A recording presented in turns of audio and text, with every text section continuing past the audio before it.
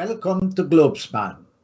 Welcome to Globespan. I'm Paul Nehru, Tennessee of Guyana, and today we are having a very important discussion, and the subject is law and order broken down in Guyana? What can be done? This is an issue that is of great concern to Guyanese both at home and abroad. And each day we open the daily newspapers, we see about 60% of the reports are on crime of one kind or another. We have with us today three very distinguished guests. We have with us Mr. Jerry Govaya, a well-known Guyanese, a patriot who has been associated with the private sector in Guyana and the destiny of Guyana for many, many years. And today he holds the position of security advisor to the president of the Cooperative Republic of Guyana. Many of you may not know, but Mr. Govaya was a military officer trained in some of the most important military institutions in the world. And we have with us a very well-known journalist, Mr. Denis Chabrol. He belongs to Demerara Waves, which is quite popular and well-known to Guyanese at home and abroad. An old friend from the 80s who has been diligently reporting the news as he gets it, he sees it, he reports it. And we also have with us the senior counsel and leader of ANUG, an opposition party in Guyana, Senior Counsel Timothy Jonas, who is always with us in this program and always making important contributions. So, ladies and gentlemen, let's start with, is law and order broken down in Guyana? What can be done? Devin, I asked you to put up a statement. Can you put it up for me, please? Yeah. Here is a statement by a Guyanese woman, a female, and I have not put her name because one cannot do that without permission, but it was sent to me. Do I feel safe in my country? No. Many nights I leave the office late and I'm paranoid of someone trailing me. I get flashbacks of news articles about people who were robbed and killed by bandits while opening the gates. The first thing I do when I get into my car is lock the doors and keep the windows up. I think about all the robberies of the people at the traffic lights and of those stuck in traffic. I remember the night that thieves broke into our house a few years ago and stole all our valuables while we slept. I'm scared to even go to the ATM in broad daylight. That's how unsafe I feel in my country, my own country. What are we doing to tackle this seemingly rampant increase in crime? So this was a voice of a female Guyanese in Guyana. Mr. Chabrol, you are a man of the news. You're always on the ground. What is your reaction to that citizen of Guyana?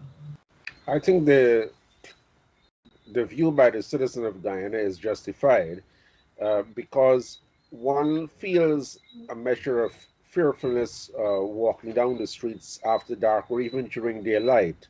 And, these are genuine concerns that the officials, regardless of whichever government may be in office, always point to the statistics as a means of assuring themselves and the wider public that the crime is not as bad as the general public sees it.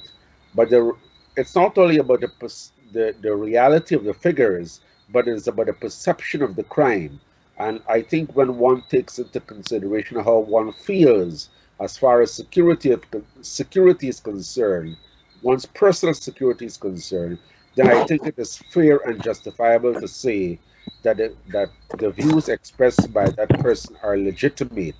So I think there's a lot more to be done, not only to reduce the perception about how people feel about crime in Guyana, but to actually take action to ensure that that perception eventually is dissolved, if I can use that word, as time progresses.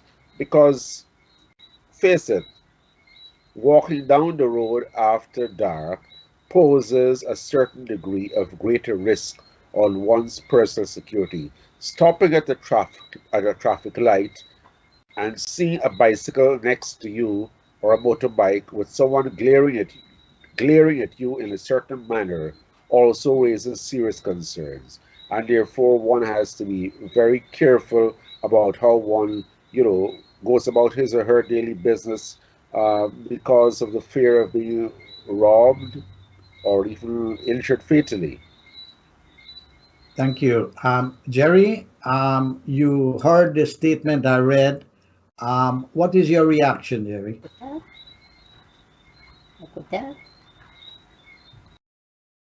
We are not hearing you. We are not hearing you. Okay, we hear you now. Are you hearing me now? Yes, perfectly. Yes. I want to echo what Denis said in the sense that the concerns of the lady who made the statement, it is justified, and there's many Guyanese who are very concerned about going into certain sections of our country, our nation's capital, and certainly I believe it's the same thing we'll find in going to certain parts of Miami or New York or wherever else in the world. But I want to tell you that I think the heading of this discussion was whether there's a breakdown of law and order. I want to say that there's no breakdown of law and order in Guyana. In fact, a breakdown of law and order suggests that we are a fragile or weak state. And by no stretch of the imagination is law and order broken down in Guyana. Our judiciary works, our parliament works, our government works, our police force is working day and night tirelessly to deal with the challenges that is confronting them. But there's no breakdown of law and order. There's certainly challenges that we are facing, and we have to then start discussing how do we overcome those challenges. But I want to put it very clearly that I do not subscribe to the conversation and give it any kind of credibility that there's any breakdown of law and order in Guyana. Our judiciary works, our parliament works, the executive works, our security sector is working every day, and they're solving problems, they're solving crimes, they're dealing with it as every day as we go by. And I would like to just say that as my opening statement at the moment. Okay, wonderful. I just want to read some headlines. We open the newspapers. Gunmen rob, beat quarantine businessman. Bartica miner stabbed to death. And this is just looking at 2 weeks of newspaper, 1 week or so of the newspaper.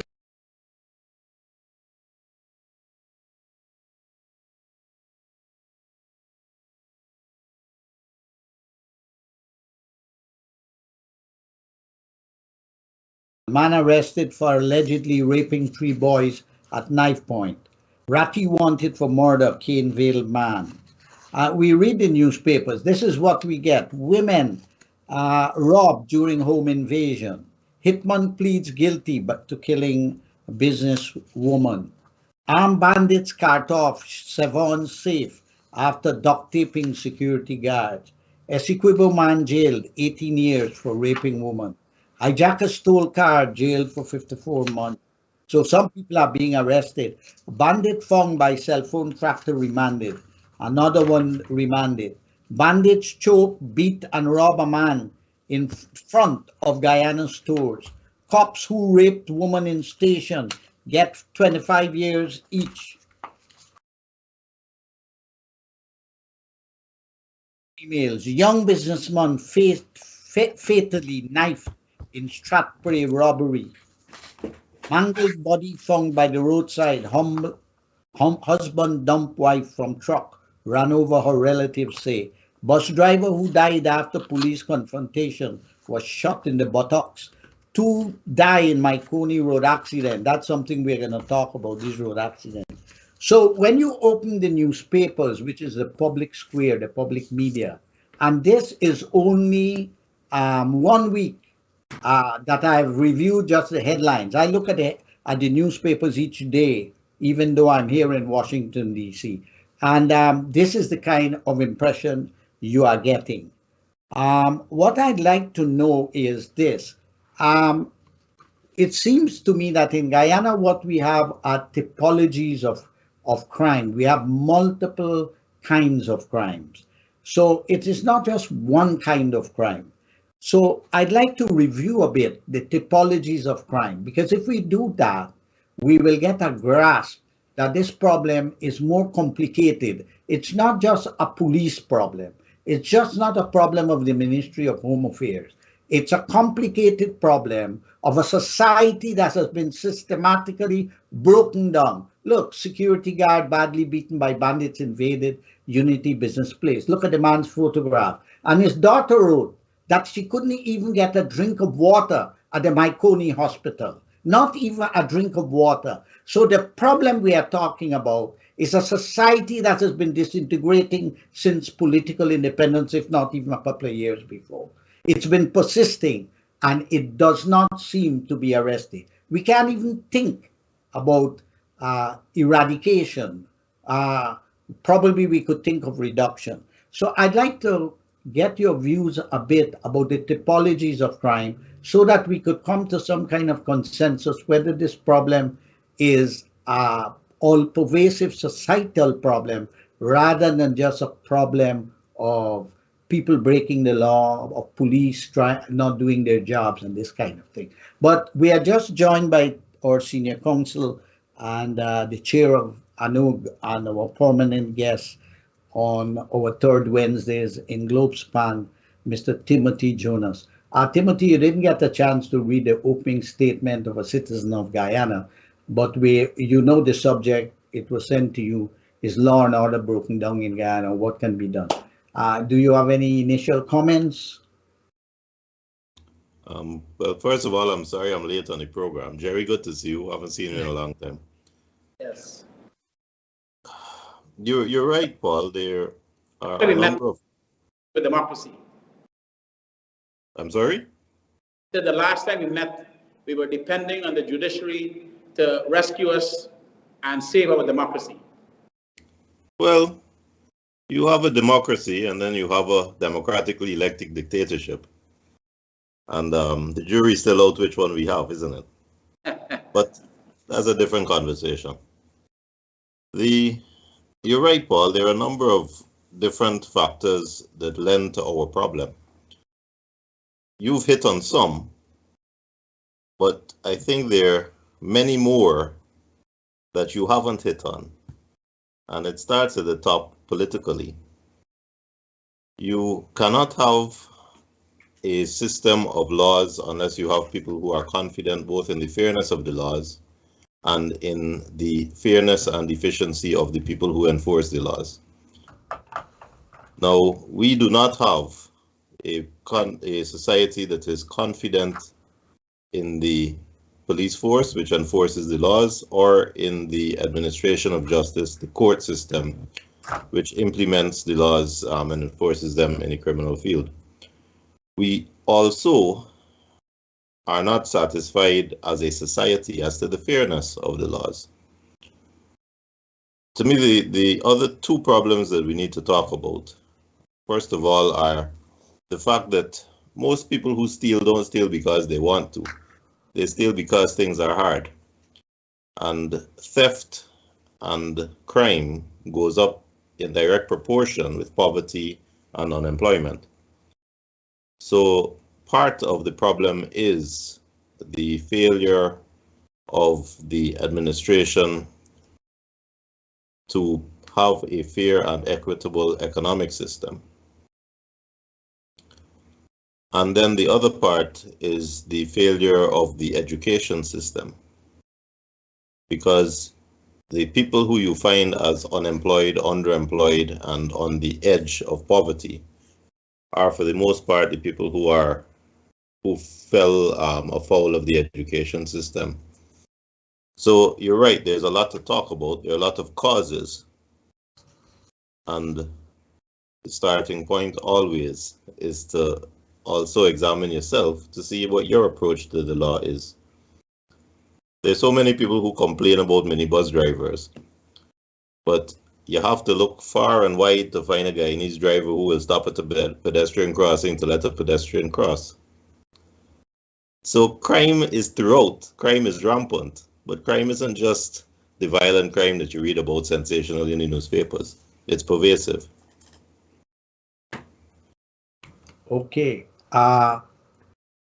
Denis, would you like to expand on your initial comments about the typologies of crime and whether it's all pervasive, whether it's a deeper problem in the society? Yes, I think it's a deeper problem. It goes back to the part. It goes back partly to parenting and also the whole question of our socioeconomic issues facing the country. I don't think that the COVID-19 pandemic will assist us in rescuing the problem anytime soon. I mean, when you look at the average age of an alleged criminal or someone who's been held in connection with an alleged theft, we see that increasingly those persons are younger. Only today, the police disclosed that someone as young as 13 years old has been held in connection with an alleged robbery in Linden of a cell phone from a security guard late last night. Now, there are two things that is telling us. What are you doing out of your house close to midnight? And secondly, why would you want to even consider the thought of going to rob a security guard? So it shows you that there's a level of bravery among these suspected robbers, whether they're old or young. So that the challenges are multifaceted. It's socio-economic and it's also even behavioral. And I don't think, unfortunately, some of the social media posts really help us in any way in rescuing this problem, because a lot of the young people today are glued to social media. They see all sorts of things and all sorts of activities that they hope to mimic. Here, for instance, is a suspected robber who I understand has since confessed to committing the crime of killing a man during the course of a robbery, having a picture up with several $5,000 bills. What does that portray to a youth who has a choice of either taking remedial education, dropping out of school, or pursuing a life of crime?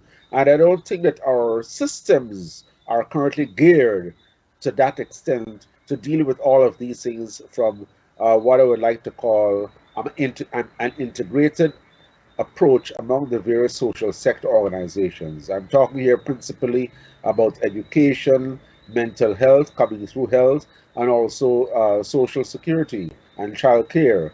I'm not seeing that, at least the politicians and the policymakers are not saying that in an open way what they're doing, if at all there is an integrated approach. Okay. Jerry, would you like to add some to the comments you initially made? I think I believe that both Denis and Timothy and myself, I think we could all agree that the root of this problem comes back to the issue of opportunities and poverty. And, you know, you will be better positioned to confirm what I'm about to say, that a country with an early childhood education policy and strategy, like Canada and many developed countries in Europe, when you have early childhood education, an effective early childhood education strategy, you actually have more young people going into tertiary education and less people going into jails. And so part of our problem here in Guyana, for example, is our early childhood education strategy need to be looked at and need to be fixed, because all the daycare centers need to be regulated and administered and make sure that their curriculum is in keeping with what is both from a health standpoint, scientific and an educational problem. So that is one of the challenges we face. But I want to say that, and I agree with Timothy in the sense that we have to fix those things. In the meantime, what is important to me to tell you is that the Guyana Police Force is working every day to meet the challenges. Sure enough, there are new challenges. And Denis said that there's a lot of young, new criminals, young men who are breaking the law and who are being daring. And the police force have a lot of brave, selfless men and women that are there every day trying to draw the line between law and order and lawlessness. And to even suggest that there's a complete breakdown of law and order, which then suggests that Guyana is a failed or fragile state, is not the case at all. Every day you have policemen and women, you have police commanders that are working tirelessly every day to harness this and keep our country safe. But the issue of opportunities, equal opportunity, I think Timothy mentioned the fact. I will tell you that I know for a fact that President Ali is obsessed with making sure every single Guyanese, regardless of your race, of your gender, of your political affiliation, should have equal access to the opportunities being offered to Guyana when we look at what is before us. With the amount of wealth that is going to be created because of the oil, and the challenge for us, how do we translate that wealth to prosperity? And I will tell you that every day I speak to President Ali, he is committed to translating that wealth to prosperity, and this cannot just be a government alone challenge. Certainly Timothy and his party and the opposition party in Parliament, we all need to work together. Crime is a common enemy of society, common enemy of the stakeholders and the leaders, and all of us need to work together. What is important is that you have a government that is committed to law and order. You have a committed that is committed to creating the equal opportunity to all Guyanese, regardless of where you're from, which geographic place you're from, your gender, your race, your political affiliation. Now, I'm not saying to you they always get it right, but certainly if you have a leader who is committed to doing it, I would say we're in a good place. Okay, well, there is no doubt that suicide is a crime. And the suicide in Guyana is escalating. My friend Ramaya, who is a paid officer of the Guyana government, posts funerals of suicide almost 2 or 3 in 2 weeks' time. Within 2 weeks, I speak to him regularly. I was down there in July. In Blackbush that weekend, I was there in July. 3 young people committed suicide. What kind of despair exists in that country that people see no other way but suicide? And it's a crime. It's a crime. Domestic violence, the way men are brutally killing their wives for various reasons, it's escalating. Incest, it's escalating. So it seems to me that this problem is not the traditional problem of crime that we know. It seems to me that the breakdown, it's more a breakdown of society. So when we speak of law and order broken down, we are speaking of a society which value system has been disintegrating. People don't know the difference between wrong and right. And then there are the push factors to crime and the pull factors to crime. Now, evidently, it's like immigration, migration. There are push factors why most of our Guyanese population is living outside of Guyana. And there are pull factors while they leave to come to other parts of the world. So I keep saying it is a very deep problem in the society, and it's not going to be solved by oil revenues, because I've studied oil countries. Money does not solve the problem. For a start, the oil money do not get down to the people who commit suicide are in a state of despair. This is a class problem also. I go to Guyana and people live safe. If they're rich, they have security guards, they have cameras, they live in communities that are secure. But the poor, they don't have an opportunity.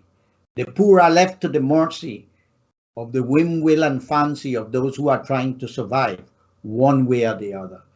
That is the way I see it. And it takes more than just a leadership that talks the talk. This, you got to pull up your sleeves, pull up your pants. You got to get down to that grassroots and come up with some very transformational problems. Business cannot continue as usual. You know, going and take photographs in the time of handouts and that kind of thing. That is not going to work. It's not a sense of seriousness. And If it's not addressed and it's treated lightly and believe it's just law and order, one morning we're going to wake up to a big surprise. I'm telling you that. The Woodansis will come out and we will have a surprise. It has happened all over the world. It will happen in Guyana. So I'd like us to speak a bit more about beyond the Ministry of Home Affairs, beyond police, what really has to be done overall in the society in a transformational sense. You spoke Yeah, about go ahead, Jerry, go ahead. the money, the wealth that will come from the oil. And this is where leadership and responsible leadership comes in.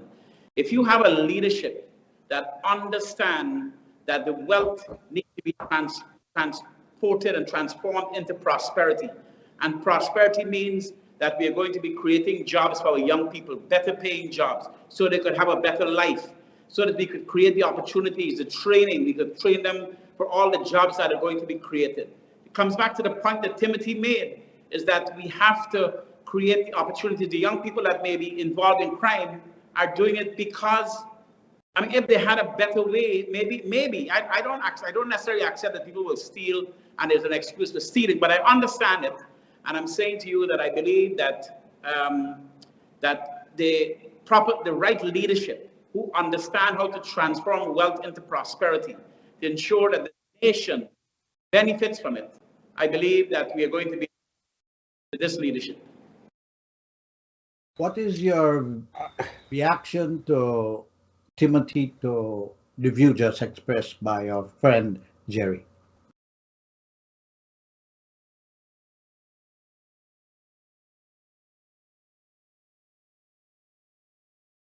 I'm now hearing you, Tim. I am hearing Jerry, and I regret the line he's taking. The first comment Jerry made is that President Ali is obsessed with this issue and he's committed with that issue.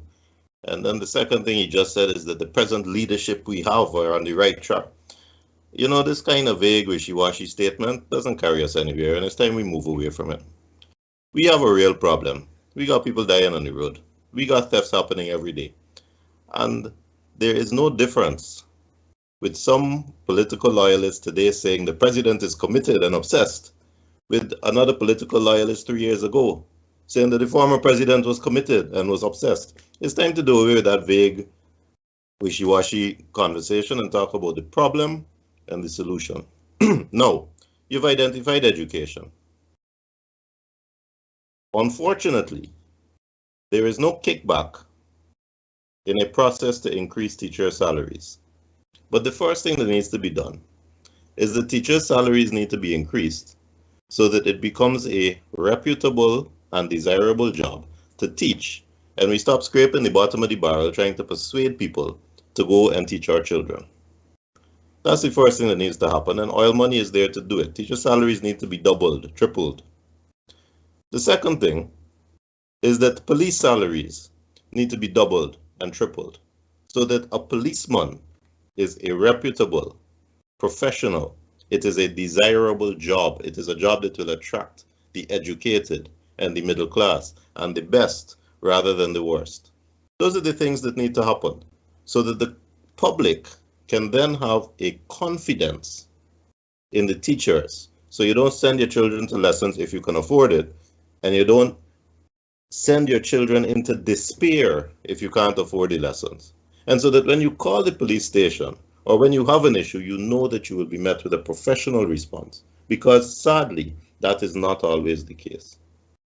Now, the next thing that needs to happen is that our police force needs to be independent. We have gross political interference with our police force, and that undermines the rule of law. If you don't believe me, let us talk about history. It was gross political interference that led to 19 charges being leveled against our current president.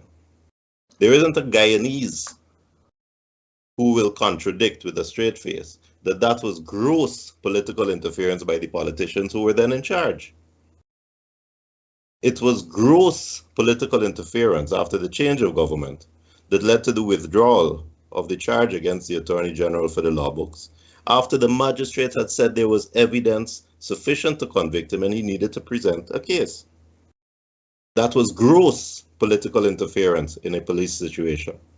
It is gross political interference when you try to interfere with the Police Service Commission to remove the members who are there and to charge some of them and want to put in your people, knowing that it is the Police Service Commission who deals with promotions in the police force, who deals with discipline in the police force. You want political control. It is unacceptable to try to have political control of an institution that should be independent, professional, and running on its own steam, that we should have confidence in.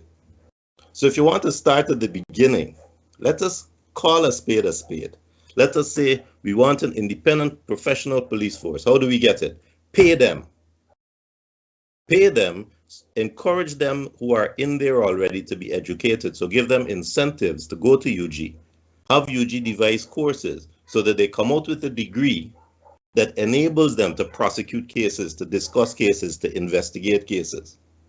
Pay the police, pay the teachers, so that you are confident that the teachers are doing a good job and you are attracting good people, and incentivize the teachers you have to go to university by paying them higher salaries when they come out with a degree. Let us stop talking about who is committed and who is obsessed, and let us ask what has been done. Because I know what's been done. We got police killing people on the road, and half of the country supports it. Because they say we got to clear the streets of these thieves. None of us knows if it's thieves being killed on the road. It is an unacceptable state of affairs, and it has not been improved. It has not been worked on, and the current government and the past government have both been abysmal failures in the question of fighting crime and promoting the rule of law. Let us call a spade a spade. Denis, you're a journalist. You're on the street all the time. You've listened to Jerry's perspective and to Timothy's. As a journalist, what would you like to ask them, or what would you like to comment on their comments? I would like, first of all, to say that much of what we see and read about what is happening in the area of crime in Guyana is not the reality.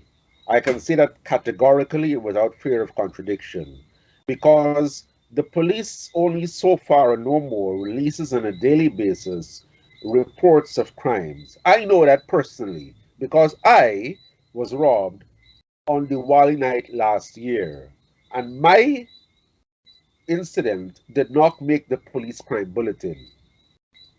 Not that I wanted it to, but I'm saying the police force does not report any and every crime that occurs, whether it be a robbery, a suicide, or whatever. Then there was a situation of two persons having been robbed outside of the back of the Tactical Services Unit near the Georgetown seawall some years ago, of hundreds of thousands of dollars, and their robbery was not part of the police crime bulletin to the media.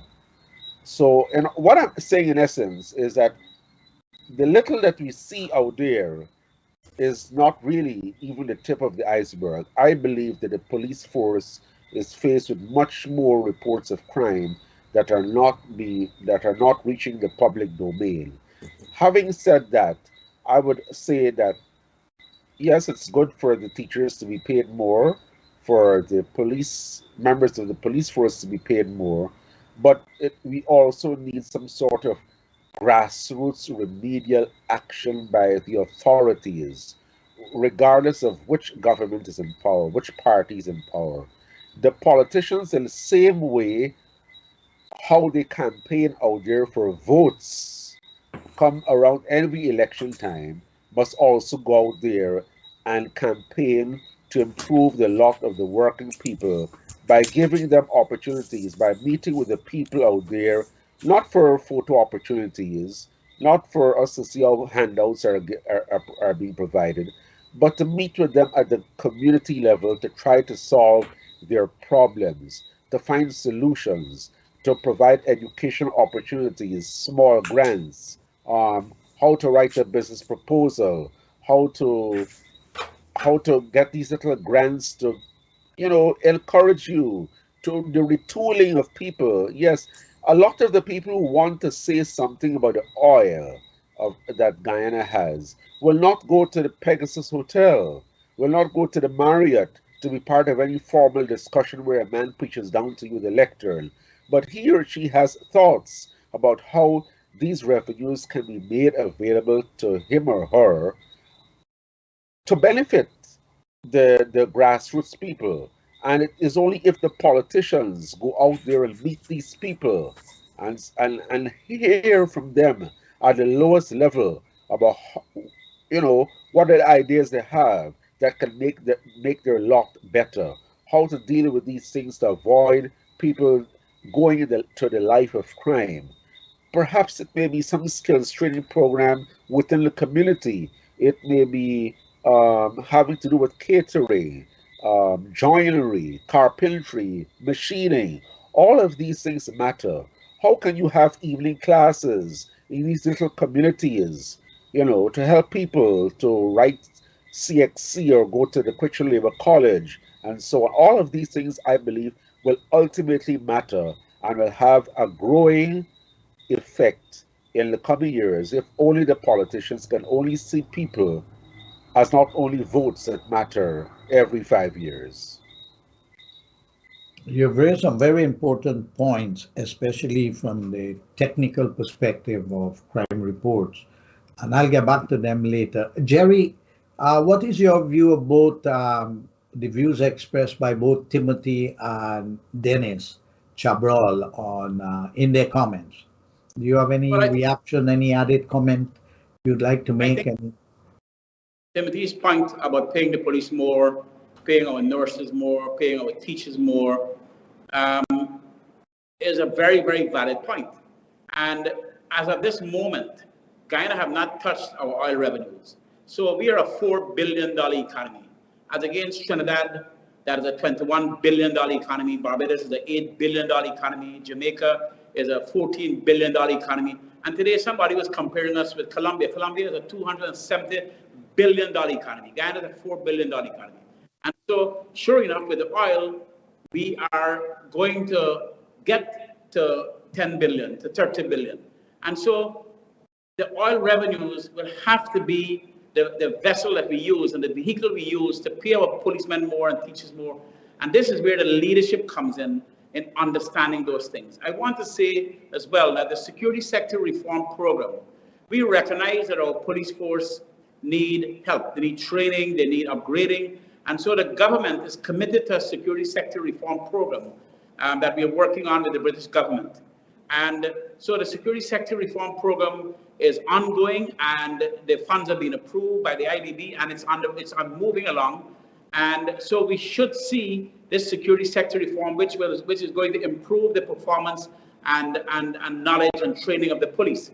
Now, the issue of including in education, the policemen, there will be a police degree program, like how British police officers got to go through an academic program.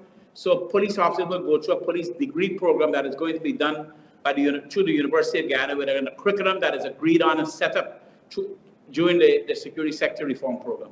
In terms of the prisons, for example, there are prison reform going on, unfortunately, because of the physical damage that happened to our prisons.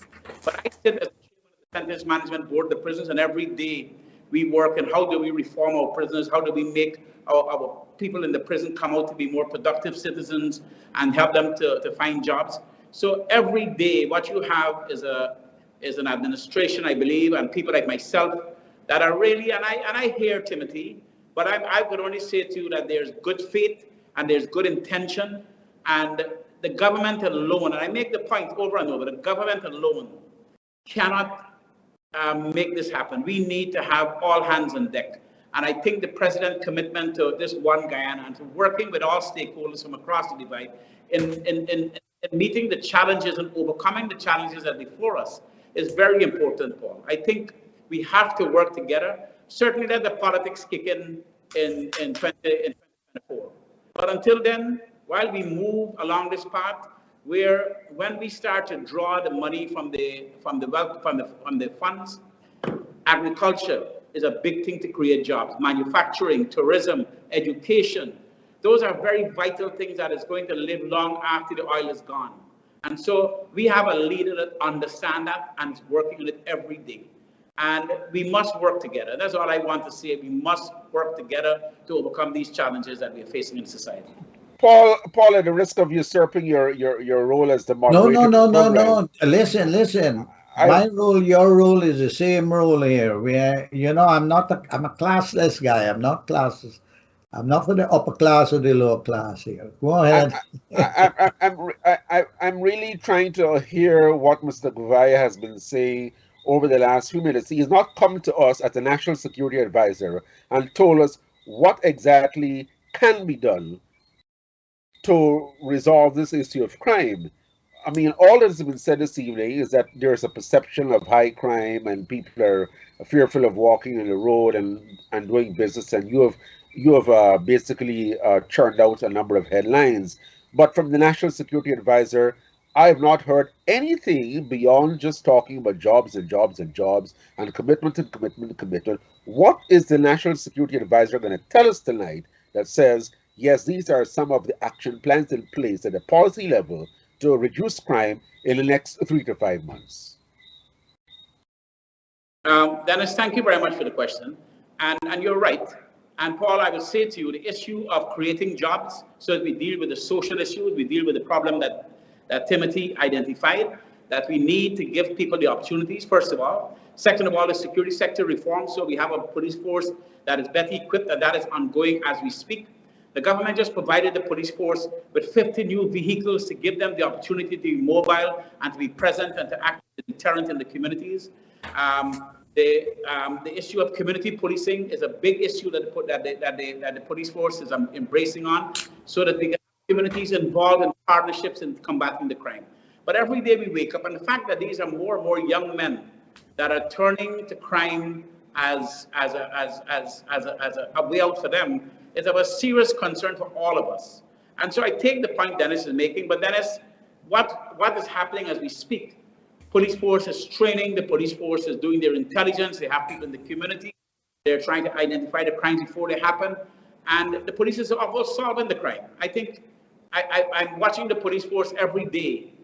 Certainly there are a few bad apples in the police force, and we are working to rid the force of those bad apples, but every day the police force is training, the police force is working harder every day to confront and resolve this issue. Okay, we are going to take, we'll come back to you, Denis. You'll have a wonderful time. But, and we are going to respond. There's a lot of materials that have been raised here that needs to be addressed. But Globespan has to take a break, and we'll be back in a few minutes. Thank you, gentlemen, for a very interesting conversation. Get your meals delivered directly to your home. Order your curry, duck curry, goat, or chicken, plus your dalpuri roti and busupshut from allfromOneSupplier.com. We ship your meals directly to your home, so you can enjoy it upon arrival or refrigerate it and take it out when you're ready to eat.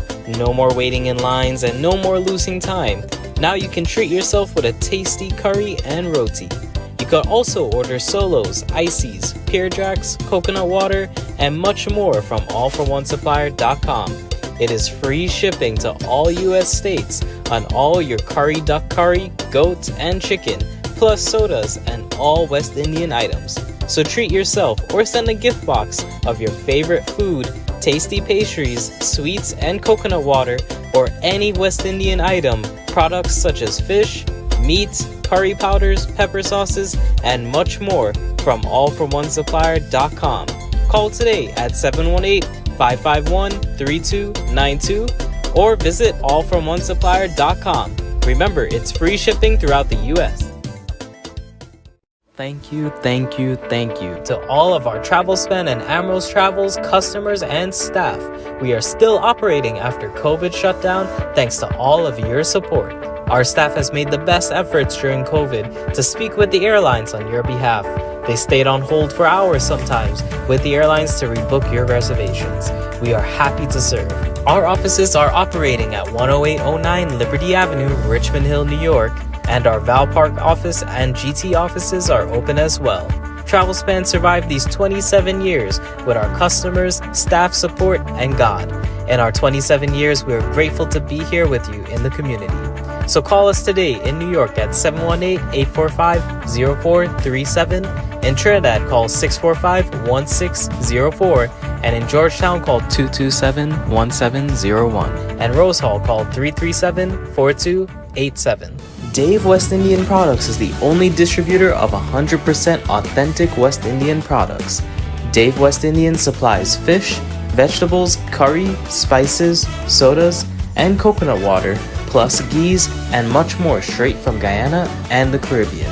For all your shopping needs, visit Dave's Guyana Fish and Grocery Market. Dave West Indian products are also available in West Indian stores, Key Food, and allfromonesupplier.com. Dave West Indian has a full line of the most desirable products to fit all your needs. So visit Dave Guyana Fish and Grocery Market on 118th Street on Liberty Avenue, or in Maryland at 7505 New Hampshire Ave, or any West Indian stores or allfromonesupplier.com. Dave West Indian, your 100% authentic West Indian product. Globespan 24x7 continues its efforts to serve the communities. The platform provides for all sides to air their views and discuss solutions. Viewers in Guyana and across the world are participating in these discussions. Globespan's platform offers Guyanese an opportunity to express their concerns and discuss solutions in the political realm, thereby addressing the polarized situation. Discussions also include social ills such as alcoholism, domestic violence, and suicides that have been plaguing the people. The Globespan 24x7 platform connects the diaspora and the world with Guyana. So become a supporter of Globespan 24x7 today by clicking the badge icon on the lower right side of your screen. For only $10 a month, you will be a supporter of Globespan 24x7 initiative and have a badge displayed on your Facebook profile. Help us to continue to serve the communities.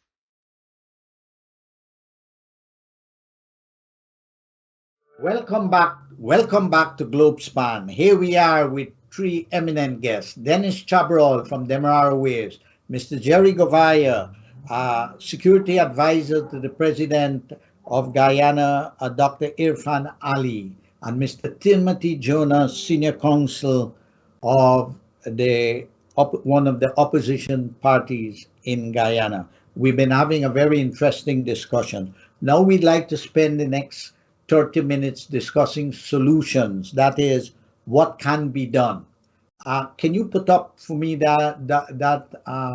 okay, wonderful. It's not as bright as that. It's not readable, my friend. It's any way of expanding it.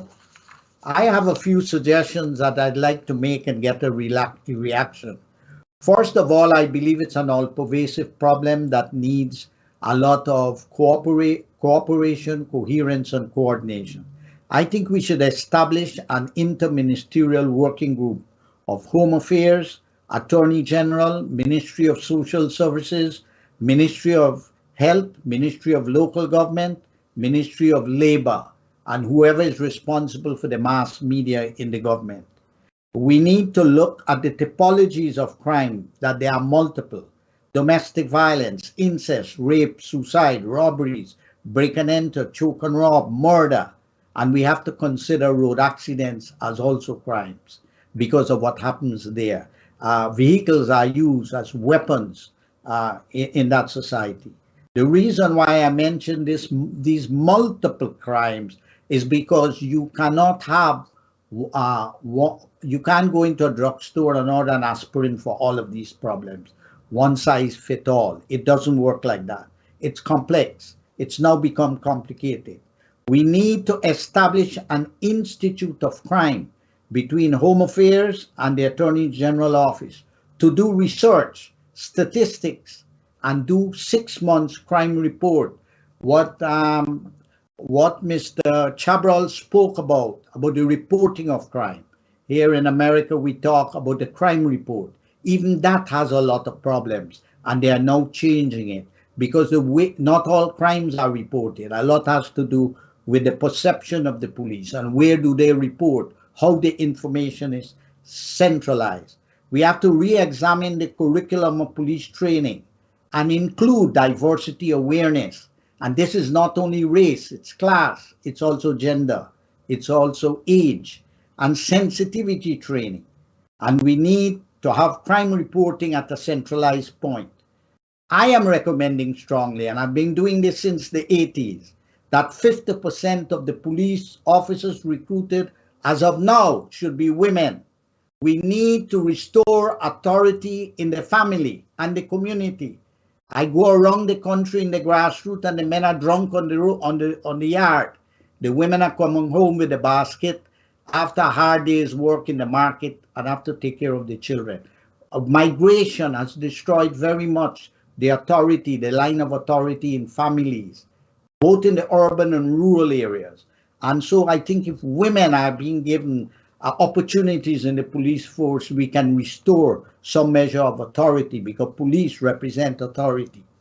We need combine a women and children police station in each region, because when you report rape and incest, we do not want these kids and these women to be going to male, because the Guyanese man is yet to be liberated from some of our difficult sexist issues in our mind.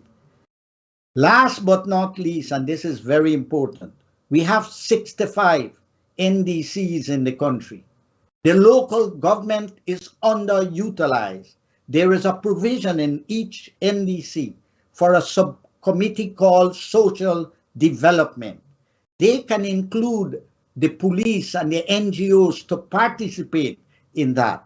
Each NDC has 9 constituencies. Each councillor could be the chair, and they could attend to and connect with their small households, with the Boy Scouts, the football, the cricket, the dances.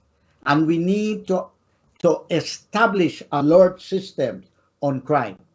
I teach 5 courses in criminal justice program.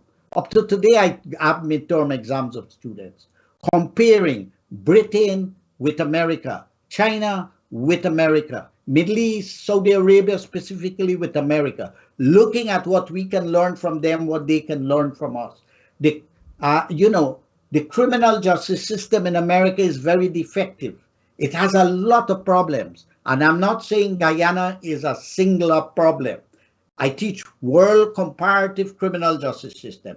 It's serious, but we have to get down to the basics. No president or vice president making a speech is going to replace something like a working group, an interministerial working group where people get down to it. And they have to make a budget. They have to make a budget, and we have to start at the local level. Don't worry with Georgetown and the hierarchical and the political bureau of a political party. We have to work with the local government. It is there. You have to provide them with money, you have to provide them with training, and you have to use what is there, because you can only solve crime at the local level. The rich people do not have that problem. They have cameras, they have security guards, their houses are surrounded by high wires and so forth. The poor people do not have that. And then we have the Toshaos. They have to be consulted in Amerindian areas, and they have to develop their own unique Amerindo-Guyanese system on how they are going to deal with it. They have an additional problem in some of the region with migration from Brazil and Venezuela and so forth, and with people from the coast going into the mining areas, and a lot of crimes are being reported there. So the interministerial working group should develop a budget. The resources are there. Don't wait on the damn oil money. The resources are there in the ministries, but you have to do some kind of analysis of what assets you have and have some cooperation, coordination, and coherence. And you need one budget, a comprehensive crime prevention program. I want to hear a comprehensive crime prevention program outlaid to the Guyanese people, and open it for debate and for the inputs, but particularly in the grassroots. Ramaya tells me that when the vice president went to Bubis, the people who ask him questions are in the front. They all are from the PPP. So the ordinary people are not getting a chance to say what is on their mind and what problems they have. You have the people talking to themselves. Now, this is very serious. Guyanese are not going to go back to another situation that we had before. This time was an opportunity where everybody supported a democratic change because we believe in democracy. But we expect to have transformational change, both Guyanese at home and abroad. So my advocacy is that I do not believe that the current government has the know-how technically among those ministers to deal with oil and gas or to deal with this problem alone. They have to tap the resources of the Guyanese people, and they have to go down to the grassroots, and they have to access the local government people that are there, that have been elected, and empower them and provide them with resources. I rest my case there, and you can respond, any of you, to what I've just said. Denis, you were last on before I left, so, or to Jerry. Jerry, go ahead. I would like to hear from the Senior Counsel. Senior Counsel. We're not hearing you. Well, I criticized Jerry and he accepted it very graciously for being vague and talking about obsessed and committed. I couldn't believe, Paul, that your solution is that you want a cooperative, joint ministerial working group and grassroots interaction. No, and you also said you wanted a program. You wanted them to devise a program. Paul, I think you've been in academia too long. None of that is a plan. None of that is a proposal for change. You just created a committee to talk about the committee, to create an action plan. Paul, come on. None of that is a solution. Let me make a suggestion that may be a solution. We have overcrowding in the prison. How do we solve overcrowding in the prison? We have to remove the custodial sentences for drugs. We have to immediately do that because we have dozens, if not hundreds, of youngsters languishing in jails because of small amounts of marijuana. So that will immediately ease the prison population, and it will immediately ease the overload in the magistrates' courts when the magistrates are dealing with large numbers coming in. They don't need to be coming in because all of those youngsters who know they face in jail time will fight to the teeth and delay and obstruct the magistrate process to keep out of jail. So first, remove custodial sentences for small amounts of marijuana. Second, pass laws to regulate the cultivation of marijuana so that you can grow your marijuana farm if you're licensed, you pay your taxes so that we have a regulated system, and you will see a drop in the people who are in the prisons. Third, identify the crimes which do not involve moral reprehensibility. For example, dangerous driving, careless driving, even causing death. Because you, me, or Jerry, I know people who are decent, honest citizens who have hit down somebody and killed them by accident. Identify the crimes which should not land a person in jail, where they could pay a fine, you take away the license, driving under the influence, take away the license, so that it doesn't involve moral reprehensibility. Reduce the numbers in jail. That is what you call a simple, solid plan with an effect that you see it will have immediately. Less people passing through the magistrate's court system, smaller numbers in jail, so that Jerry's job now, of those people who are in jail, you got a smaller number and you got a better chance, hopefully, of reforming them, of educating them, of doing something with them in jail. That's a plan. But come on, Paul, don't talk about Timothy, ministerial as working much group. As I agree with what you just suggested, you're extremely legalistic and narrow in your understanding of the problem. All those young people you talk about in jail come from dysfunctional families. All those people who are in jail I agree with come you, from a breakdown what in the I'm saying family to you system is I have and the given community you system. one. I've given That's you a one. consequence you're dealing with, Paul, brother. either you're the And it's moderator or you're making a legalistic. speech. You have It's to not decide. real. Either You you're the have to go in the moderator, grassroots. You say, well, I'm in either you are the academia. You moderator go in or the you're the man making grassroots the and find speech. out what's going on there. You got to leave your law office and go down to the grassroots and get engaged. Go sleep on the ground and find out at night how people got to spend all night trying to protect a little tomato and this and that. But Be gentle with Paul. fundamentally, what you are talking about, I don't disagree. But it is the consequence, not the cause.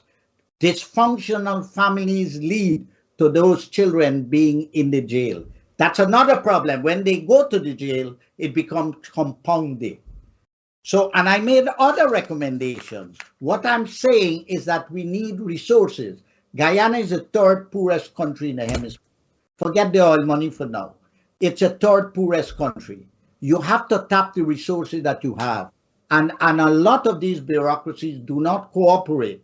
They don't have enough coordinates. This happens all over the world. And I am saying that they have to do that. And it's not only one thing you have to do, it's several things you have to do. Unfortunately, it's a multiple approach that you have to have. Jerry and Denis, would you like to say something? I think that Senior Counsel Jonas's suggestions are well taken and should be accepted, but they should not negate the importance of having an intersectoral approach among the various line ministries, and also the involvement of civil society and other relevant stakeholders, because at the end of the day, these are the people who will have some connection to the grassroots and can help. This is just more than enforcement. Mr. Gavaya talked about the vehicles and all of that. At the end of the day, that is only for the enforcement. What about the preventative policies that you can put in place? What about the policies that you can put in place in the short term to reduce the level of criminal activity by having people's minds refocused or focused in a particular direction? What Mr. Gavai is looking at only is enforcement. Okay, you got a bad boy down the road, you rob a man, send down the patrol, arrest him, lock him up, put him in the police station, pass him through the court, put him in jail. That is not the long-term solution. I'm sorry, sir. Dennis, I have to agree with you, and I don't think I talk about the issue of creating jobs. I talk about the issue of education. I talk about the issue of agriculture, of manufacturing, of developing tourism.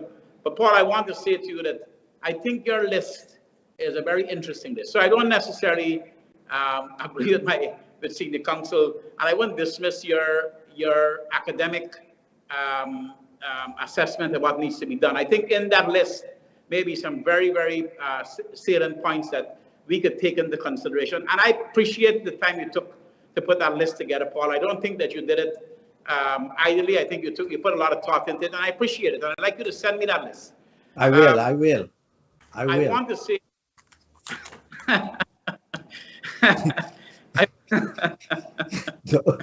Don't worry with Timothy. Timothy is a lawyer, man.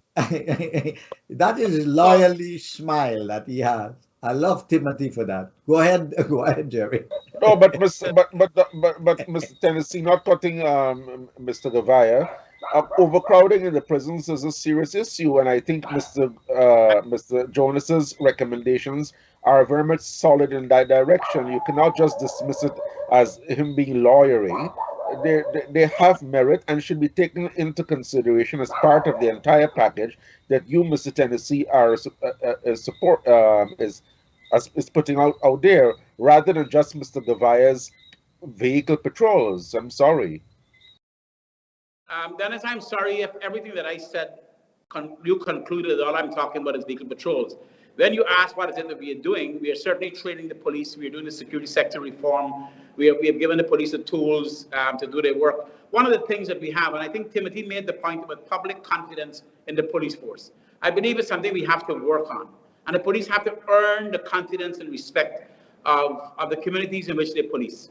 And I will say to you that that Commander Hickens I know he is very, very committed to working in the communities, and he's a police officer that I admire for going into the communities and trying to do that, and we need more of that. So I agree that public confidence in the police force is something we need certainly to work on. I want to just touch back on one thing about law and order breakdown, and I want to re-emphasize that law and order, our judiciary, not outside forces, but our own judiciary, saved our law and order and democracy in Guyana. So we don't have no breakdown of law and order in Guyana. It saved us. Now, there are people, for example, Paul, that maliciously and wickedly incite race into our crime fighting systems by our Guyana police force. And that is undermining the Guyana police force. People who interject race into this discussion. And there's no race in this discussion. This is a straight case of law and order. And so the issue of a national security strategy, which is something that is being conceptualized now, and it must be done, certainly it will be done by a small working group, but then it must be a bipartisan developed a national security strategy that talks about what is it that we need to do. How do we need to structure the police? How do we need to structure the fire service, the prison service, to deal with the challenges of the future? So those are very important things. Coming to the prison, I want to make the point that I don't know how many of you have gone to the prisons to see the new virtual courts that have been constructed at almost every single prison in this country, and it's phenomenal, where the prisoners come out of their cell in the prison compound and walk into a room with their lawyer is on the screen virtually, and the magistrate is on a screen virtually, and they're dealing with these issues. I agree with Timothy, and as far as I know, Timothy, and you could tell me if I'm wrong, I believe that the government of Guyana did in fact move to making small possessions of marijuana custodial free. They are going to be, I think the government is moving in that direction. I really have to bring myself up to scratch where that is, but what you said about the issue of marijuana and what it is doing to our society, I agree with you. Now, in terms of the prison system, Paul, I'm the chairman of something called the Prison Sentence Management Board. The Prison Sentence Management Board is a body that manages the life of a prisoner. Every single prisoner that goes into the prison, there's something called an entry poll that is done. So when the prisoner enters the prison, an entry poll is done that records his biodata and all his aspects, whether you want to be a carpenter, whether you want to be a plumber, whether you want to be a shoemaker. So for the time that he's in prison, there's a structured program, and we work very closely with the School of the Nations, for example, in bringing these programs into the prison system. Unfortunately, Paul, because of the fire that happened at the Camp Street prison and the fire that happened at Lusignan prison, the physical infrastructure of our prisons make it very difficult for prisoner rehabilitation to happen at those prisons. But I will tell you, as we speak, the construction of a new prison that will accommodate all of the prisoners, for example, in humane conditions at the Lusignan prison is being accelerated as we speak.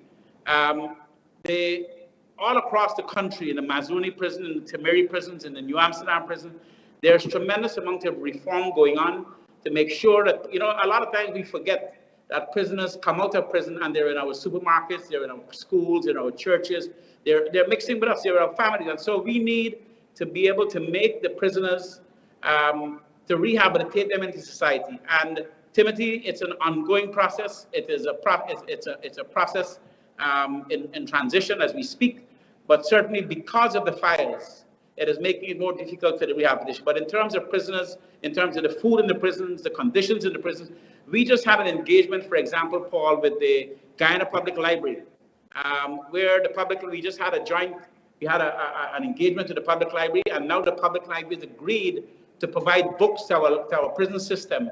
So our prisoners, and I'm not talking here about an academic program, I'm talking about leisure reading, where prisoners, rather than doing nothing, will have books to read every day. And our public library have very graciously engaged and working with us. The School of the Nations is working with us in things like anger management, prison reform, education systems in the prison, and all of the scholarship programs offered by the government are also being offered to the prisoners. The prison officers themselves, there's a lot of work being done to help the prison officers. So I agree with Timothy.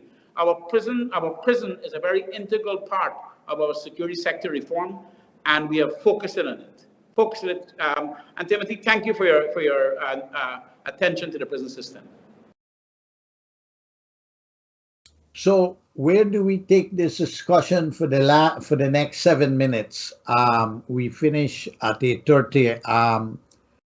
Let's start with Denis. Denis, is there any thought that you have on where we go with this problem of crime? Are you optimistic, pessimistic? Do you see in the next, let's say, the next 6 months or year, do you see us making some progress in the reduction of crime and making the life of that young lady whose statement I read any better? Um, Devin, if you are there, can you put up back that statement of the young lady one more time? Are you there, Devin? Yes. Many nights do I feel safe in my country? No. Many nights I leave the office late and I'm paranoid of someone trailing me. I get flashbacks of news articles about people who were robbed, killed by bandits while opening their gates. The first thing I do when I get into my car is lock the doors and keep the windows up. I think about all the robberies of people at the traffic lights or those stuck in traffic. I remember that the thieves broke into our house a few years ago and stole all our valuables while we slept. I'm scared to even go to the ATM in broad daylight. That's how unsafe I feel in my own country. What are we doing to tackle this seemingly rampant increase in crime? That's not academic, that is real. That is the grassroots of Guyana, the voice of the people who do not have security guards, and the homes are surrounded by big gates and that sort of thing, and cameras. So, Dennis, and I give you a last statement, and then I'll ask Jerry, and then I'll ask Timothy, and we'll close the program on this subject. I would say that one of the first steps that should be taken is engaging the University of Guyana to examine all of the research that has been conducted by students and lecturers over the last 5 to 10 years on the crime situation in the country, and also engaging in real grassroots meetings with people in the communities, understanding their challenges and hearing from them possible solutions, and then take those pieces of information and data, probably from additional research, and taking an intersectoral approach, as you suggested, among the various ministries, and also combining a bit with what Mr. Jonas mentioned as far as easing overcrowding in the prison system and re-educating and reforming other prisoners. That will assist in a medium to long term approach in resolving the issue of crime, reducing the incidence of crime in Guyana, and also in some way uh, dealing with the perception of rampant crime in the country. The politicians, as I said before, can hold up any piece of paper and say, yes, there is X percentage reduction, and in order to dispute their critics, but as what the average person feels about the possibility of being robbed, that is what matters. I mean, the minister may have said that crime is reduced by X amount, but look, there are also international travel advisories about what tourists ought to do or not do as far as visiting Guyana is concerned, and about their vulnerability to criminals in the streets of Georgetown. Thank you. Jerry? Paul, thank you very much. And I want to re-emphasize that Guyana got some national security challenges. And obviously, I think we all could agree that Venezuela provides a serious challenge for us. And in a bipartisan way, we all could sit around a table and discuss that and what we could agree on. We could also agree that COVID is also a national security challenge, and we need to together work on it. I think crime is also such a problem. And what is important about crime is that crime is being fought by the crime professionals. Crime is not being fought by the politicians. So the politicians depend on the crime professionals, the men who have been in the Guyana police force for 30 years and so on. And what I want to tell you is that if the government role and the politicians' role is providing the resources to the crime professionals to get their job done. And I said it earlier and I'll say it again, that President Ali is committed to providing all of the resources. We meet on a regular basis at the National Security Council with the police, at the defense board level, with all the security officials. And the security officials is the ones who lead the fight against against these issues.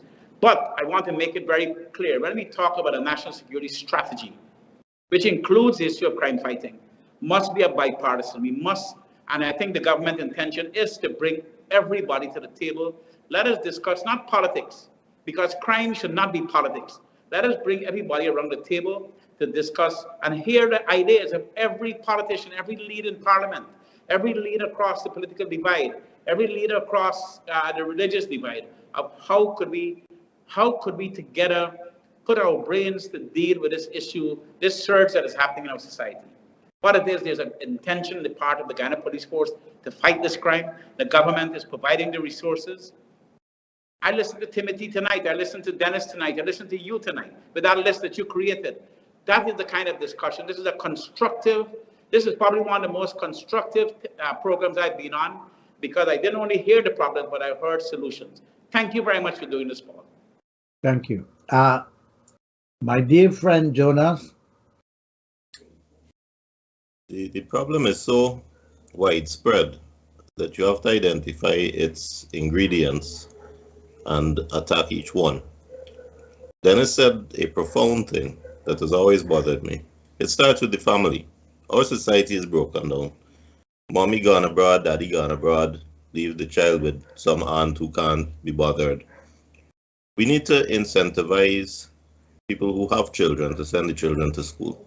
So we need a welfare structure that if you have a child of school age under you, you are getting money monthly or quarterly from NIS to have that child in school upon proof that the child is in school.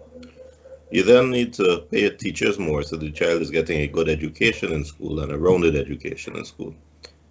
Hopefully, by improving education, you will reduce crime because they have more opportunity. Jerry talked about the economy. We need foreign investment to provide jobs so that these children coming out of schools have access to jobs. You will also have an independent police force. So you need less political interference trying to mess with your police service commission. You need better salaries for your police. You need to incentivize your police by sending them to UG and giving them better money. You need to allow them to operate independently of the political control so that there's more confidence in them. You need the laws to be fair. Now, when you've created that structure, that people have a chance to live honestly, rather than being thrown out there with no education and no job opportunities so that they're stealing. When you have tried to reduce that issue, you then have to deal with the people who are in jail, because those people will be coming out. You don't go to jail for life, you go to jail for 5 years or 10 years. And when you come out, if you haven't been reformed or educated or given an opportunity, you're coming out to thief again. So you need to reduce the numbers in jail so that you have a more manageable number to deal with. You need to increase the number of magistrates and judges so that they are processed more fairly through more competent police prosecutors, and that we don't have this distrust that we currently have with the judicial system. But when they are in jail, you need to have a system where they are trained, educated, so that when they come out, they don't come out to menace the society, they come out reformed.